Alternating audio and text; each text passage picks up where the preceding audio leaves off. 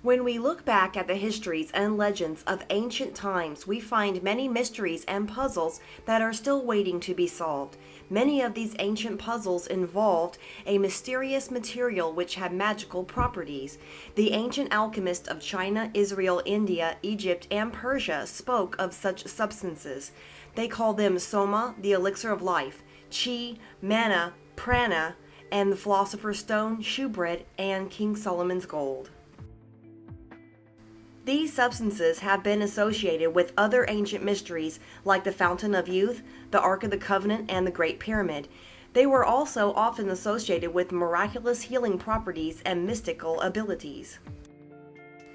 Ancient Jewish commentaries describe how the Ark of the Covenant would levitate when it was brought out on holy days. According to the Zohar, the ancient Jewish priest who would tie a rope around the ankle of any priest who was going into the presence of the Ark of the Covenant so that they could safely pull him away from the Ark if it zapped him. The Ark of the Covenant was used to store and perhaps charge the pots of manna saved by Moses. Moses took the golden calf which the Israelites made for worship and burnt it in the fire and ground it to a powder and strawed it upon the water and made the children of Israel drink of it, presumably in order to improve their spiritual connection. The ancient Chinese alchemist Wei Po Yang wrote of the pill of immortality, which is made of huan tan, an edible powder from gold. After one ingests huan tan, the complexion becomes rejuvenated, gray hair regains its blackness, and new teeth grow where ones that had fallen used to be. If an old man, he will once become more youthful again. If an old woman, she will regain her maidenhood. The ancient Egyptians had the Shemana, which the Book of the Dead refers to as what is it?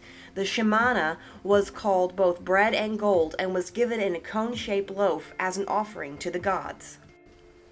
These ancient puzzles and mysteries have intrigued scholars of ancient history for thousands of years. In the Middle Ages, an alchemist named Artephus claimed that he had solved some of the ancient puzzles and finally got around to writing a book about his experiences with the materials he obtained. After working with them from the space of 1,000 years or thereabouts, which has now passed over my head since the time I was born to this day, through the alone goodness of God Almighty by the use of this wonderful quintessence. The manna of the Bible, which appears to be similar to the Shemana of ancient Egypt, is described as like coriander seed and the color of bdellium. The Israelites ground it into mills and beat it in mortar and baked it in pans and made cakes of it, and the taste of it was as a fresh oil. It arrived in the morning with the dew. Chi and prana are described as energetic substances which can be accumulated in the body through certain breathing techniques. The philosopher's stone is said to be an evolved form of the precious metals gold and silver. Soma and the fountain of youth would be liquids which confer youth and vitality when one drinks them. Here are some of the properties we might look for when searching for a scientific basis for these ancient puzzle elixirs. They are a form of gold, silver, or other precious metal elements. They have an oil form. They can be dried to a white flour-like substance. They exist as a gas or vapor which can be extracted from the air. They can be energized or accumulated in structures like the Ark of the Covenant or the Great Pyramid. They should levitate under certain circumstances. They have remarkable healing and spiritual properties. They would have to be difficult to identify using modern scientific tools because they have not been identified in this way before. Numerous scientists around the world are finding and working with materials with these properties that I have described. They call the material Ormus or M-state elements. Several of these researchers have indeed converted gold and other precious metals into an oil or a white powder. Others have extracted a white powder from ocean water and converted it into a metallic gold. One researcher has levitated an oil out of gold of fresh water using a magnetic levitation strap and converted it into metal. Another researcher has extracted the same oil from dew collected at the time of the full moon and from the air by running air through a magnetic vortrap.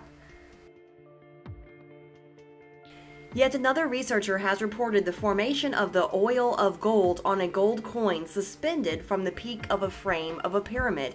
A colleague in Kazakhstan reports that the M-state materials can be energized and accumulated using cone-shaped devices.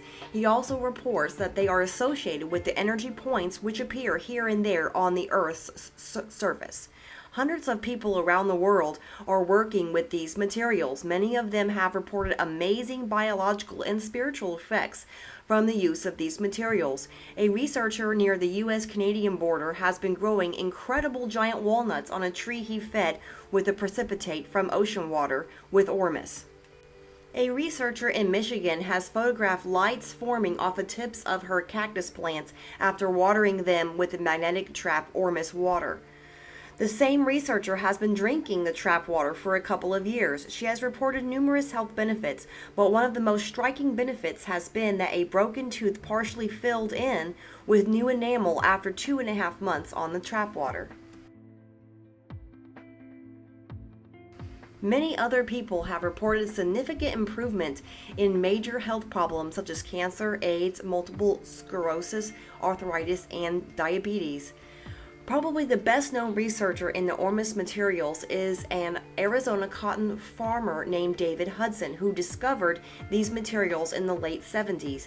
Hudson researched these materials for a decade and a half before publicizing them in a series of lectures across the United States from 1994 to 1999.